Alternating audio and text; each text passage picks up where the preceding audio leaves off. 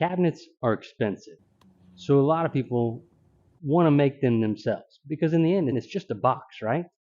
Well, after you make the box, you got to make some doors to put on that box. In this video, I'm going to show you how to make custom shaker style cabinet doors with just a table saw. Let's get into it.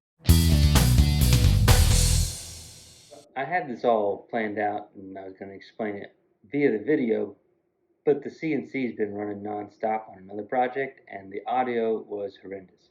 So I'm going to do a voiceover here, kind of explain it all to you. I've got soft maple. I've ripped it down to 5 inches and then to the height and then the length for the rails and stiles. The reason it's at 5 inches is this way I can go ahead and cut on either side of the board on each edge, and I can set up the feather board and a dado stack with 1/4 inch thickness on the blades, and I can go ahead and cut all those mortises on both sides, and I'll come back later and rip them down to the final width for the rails and stiles.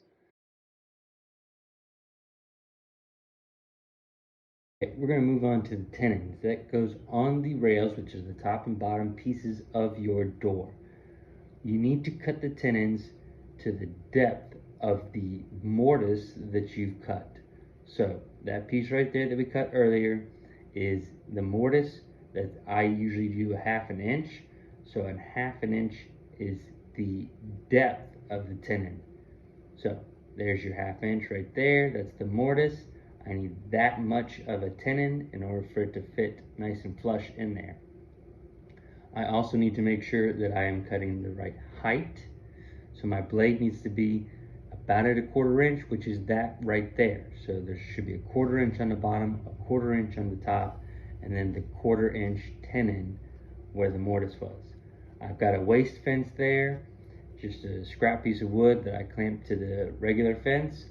I've taken my miter gauge and added a piece of wood so it acts basically as a crosscut sled.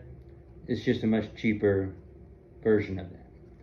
So I run it through, I flip it over, run it through again, and then I do the same thing on the reverse side, and that's going to give me my tenon. The tenon should be the right depth, should be the right thickness. You may have to adjust your blade here or there.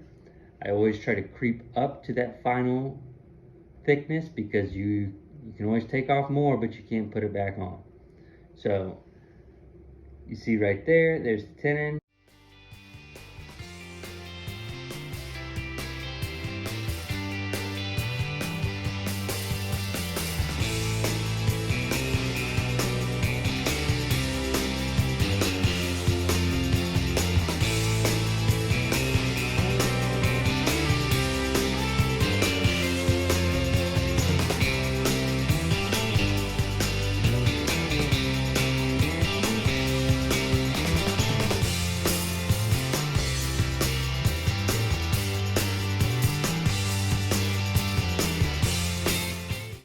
Alright, we're going to move on to ripping these pieces down the sides. Again, they start out at 5 inches wide, and the reason is because I need to bring them down to 2 1/4, and I want to have a little extra space in case there's any issues. That way I can always cut them again and still get my 2 1/4 inch rails and stiles out of there. Make sure when you are pushing this through that you are keeping it pressured down against the saw and up against the fence. You want a nice straight cut because that's going to save you a ton of time later when it comes to glue up and finishing. Try to keep them somewhat organized. I am not a very organized person, but by keeping all the pieces that are the same size together, it really helps with glue up later so you're not searching for the pieces. The next thing you need to do is sand the inside part of the pieces. You do not want to have to try to sand these later. You'll either sand them too much and make them look funny, or you're not going to get all those saw marks out of there.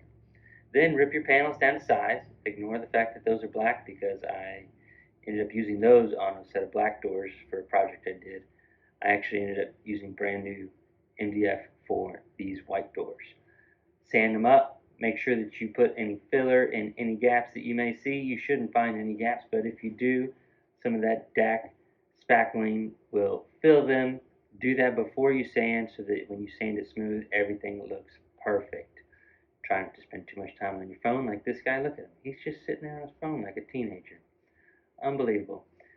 Get it sanded, wipe them down, come back with some primer, prime them, sand them, and then put that finish coat on them, and you got yourself a set of cabinet doors. It's not that hard, but you just got to go through the steps, and if you do, you're going to have a nice set of doors you can put on your cabinet. Thanks for watching. Hopefully you enjoyed that. If you learned something, make sure you hit the subscribe button, like it, share it, comment, all that algorithm stuff, because that helps me keep putting stuff out. If you're interested in any of the tools that I use, I'll always have links down in the description to the tools that I'm using. If you use those links, it helps support the channel as well. See you next week on Crafted Florida.